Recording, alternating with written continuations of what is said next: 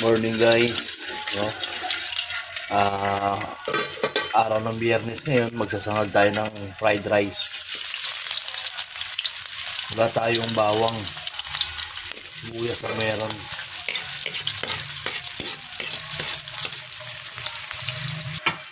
Ang bango ng sibuyas.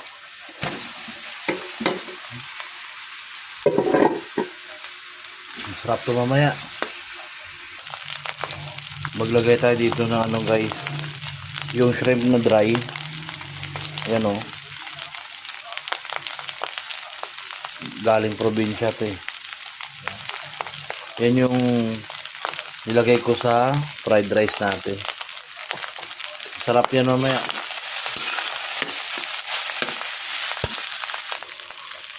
Ayan na guys oh. Tignan nyo yan.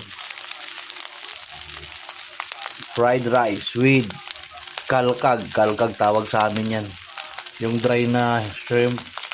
Maliit siya. Masarap sa munggo to tsaka sa mga gulay-gulay.